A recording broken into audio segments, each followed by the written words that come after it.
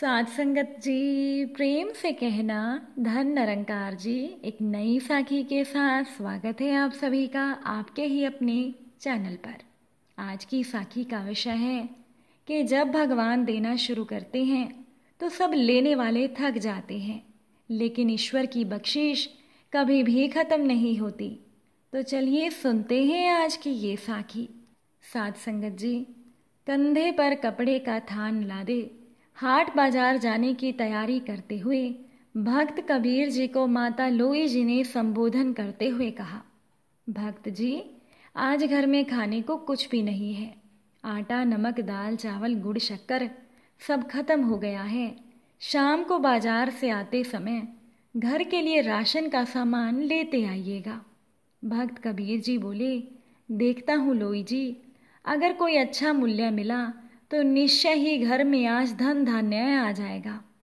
लोई जी ने कहा, साईं जी, अगर अच्छी कीमत ना भी मिले तब भी इस बुने थान को बेचकर कुछ राशन तो ले आना।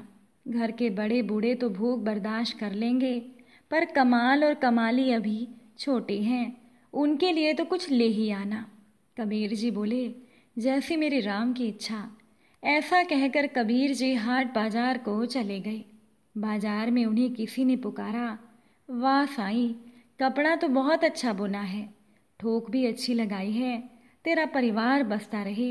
ये फकीर ठंड में कांप कांप कर मर जाएगा।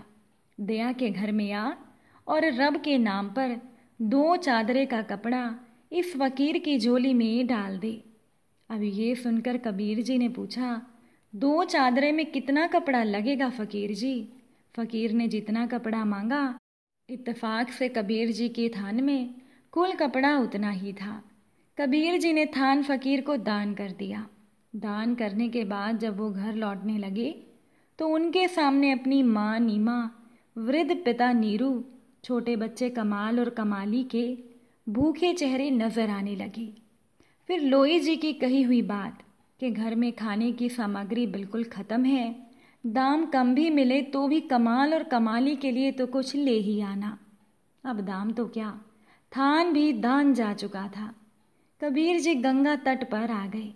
जैसी मेरे राम की इच्छा, जब सारी सृष्टि का सार खुद करता है, अब मेरे परिवार की सार भी वो ही करेगा। कबीर जी बैठे श्री राम जी की बंदगी में खो गए। साध संगत जी, अब भगवान कहाँ रुकने वाले थे। कबीर जी ने सारे परिवार की जिम्मेदारी अब भगवान को सौंप दी थी। अब भगवान ने कबीर जी की झोपड़ी का दरवाज़ा खटखटाया। अंदर से माता लोई जी ने पूछा, कौन है? भगवान ने पूछा, कबीर का घर यही है ना? लोई जी ने कहा, हाँ जी, लेकिन आप कौन? भगवान ने लोई जी से कहा, सेवक की क्या पहचान होती है भगतानी? जैसे कबीर राम का सेवक, वैसे मैं कबीर का सेवक। ये राशन का सामान रखवा लो। माता लोई जी ने दरवाज़ा पूरा खोल दिया। फिर इतना राशन उनके घर में उतरना शुरू हुआ कि घर के जीवों के घर में रहने की जगह कम पड़ गई। अब माता लोई जी ने कहा, इतना सामान कबीर जी ने भेजा? मुझे नहीं लगता। भगवान ने कहा, हाँ भगतानी, आज कबीर का थान सच्ची सरकार ने खरीदा है। जो कबीर का सामर्थ्य था उसने भुगता दिया, जो मेरी सरकार का सामर्थ्य है वो चुकता कर रही है। जगह और बना, सब कुछ आने वाला है भक्त जी के घर में। साध संगत जी, शाम ढलने लगी थी। रात का अंधेरा अपने पांव पसारने लगा था। सामान रखवाते रखवाते लोई जी थक चुकी थी। नीरू और नीमा घर में अमीरी आते देख खुश थे। कमाल और कमाली कभी बोरी से शक्कर निकाल कर खाते, कभी गुड़, कभी मेवे देखकर मन ललचाते। झोली भर भर कर मेवे लेकर बैठे। उनके बाल मन अभी तक तृप्त नहीं हुए थे। कबीर जी तो अभी तक घर नहीं आए थे, लेकिन राशन का सामान आना लगातार जारी था। आखिरकार लोई जी ने हाथ जोड़कर कहा, सेवक जी, अब बाकी का सामान कबीर जी के आने के बाद ही आप ले आना। हमें उन्हें ढूंढना है, वो अभी तक घर नहीं आए। भगवान बोले, वो तो गंगा किनारे बैठे सिमरन कर रहे हैं। नीरू, नीमा, लोई जी कमाल और कमाली को लेकर गंगा किनारे आ गए। कबीर जी को समाधि से उठाया। सारे परिवार को सामने देख कबीर जी सोचने लगे, ज़रूर ये सब भूख से बेहाल होकर मुझे ढूंढ रही है। इससे पहले कबीर जी कुछ बोलते, उनकी माँ नीमा जी बोल पड़ी, कुछ पैसे बचा लेने थे। अगर थान अच्छे भाव बिक गया था तो सारा सामान तो उन्हें आज ही खरीद कर घर भेजना था क्या? कबीर जी कुछ पल के लिए हैरान हुए। फिर लोई जी, माता पिता और अपने बच्चों के खिलते चेहरे देखकर उन्हें एहसास हो गया कि ज़रूर मेरे राम ने कोई खेल खेला है। लोई जी ने कबीर जी को शिकायत करते हुए कहा, अच्छी सरकार को आपने थान बेचा, वो तो सामान घर में फेंकने से रुकता ही नहीं था। पता नहीं कितने वर्षों तक का राशन दे गया। उससे मिन्नत करके रुकवाया और कहा कि बस कर, बाकी कबीर जी के आने के बाद उनसे पूछ कर कहीं रखवाएंगे।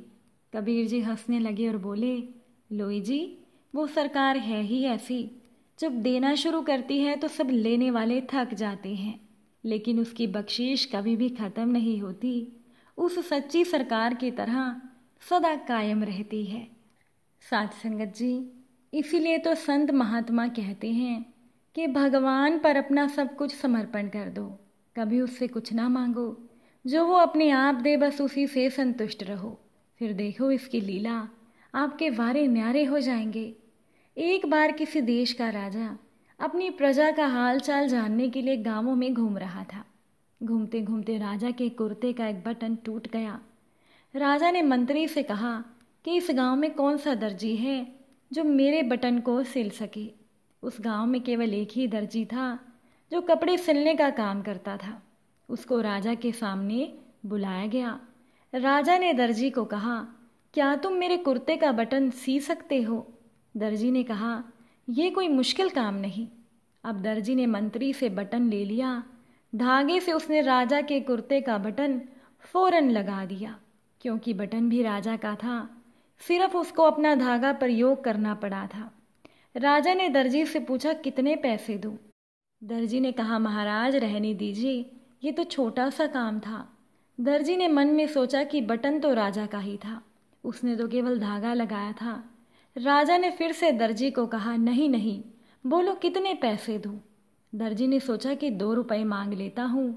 फिर मन में यही सोच आ गई कि कहीं राजा ये ना सोचने लगे कि ये बटन टाँकने के मेरे से 2 रुपए ले रहा है, तो गांव वालों से कितना लेता होगा।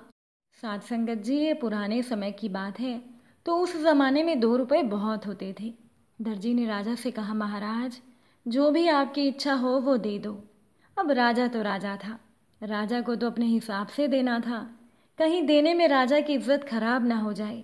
राजा ने मंत्री से कहा, इस दर्जी को 2 गांव दे दो, ये हमारा हुक्म है। यहाँ तो दर्जी केवल 2 रुपए की मांग कर रहा था, पर राजा ने उसको 2 गांव दे दिए। साथ संगत जी, इसी तरह जब हम भगवान पर सब कुछ छोड़ते हैं तो ये भगवान हमें अपने हिसाब से देता है, और मांगते हैं तो सिर्फ हम मांगने में कमी कर जाते हैं। देने वाला तो ना जाने हमें क्या क्या देना चाहता है अपनी हैसियत से, और हम बड़ी ही तुच्छ वस्तु मांग लेते हैं। इसीलिए संत महात्मा कहते हैं, अपना सब कुछ भगवान पर समर्पण कर दो, भगवान से कभी कुछ ना मांगो, जो भी भगवान दे रहा है उसमें संतुष्ट रहो। फिर देखो भगवान की लीला, आपके वारे न्यारे हो जाएंगे। साथ संगत जी, जीवन में धन के साथ संतुष्टि का होना बहुत ज़रूरी है, और यही हमें भगवान चुपचाप दे देंगे। अगर आज की ये साखी आपको अच्छी लगी हो तो वीडियो को शेयर ज़रूर कीजिएगा। आप सभी से फिर मुलाकात होगी नई साखी और नए विचारों के साथ। साथ संगत जी, प्यार से कहना, धन निरंकार जी।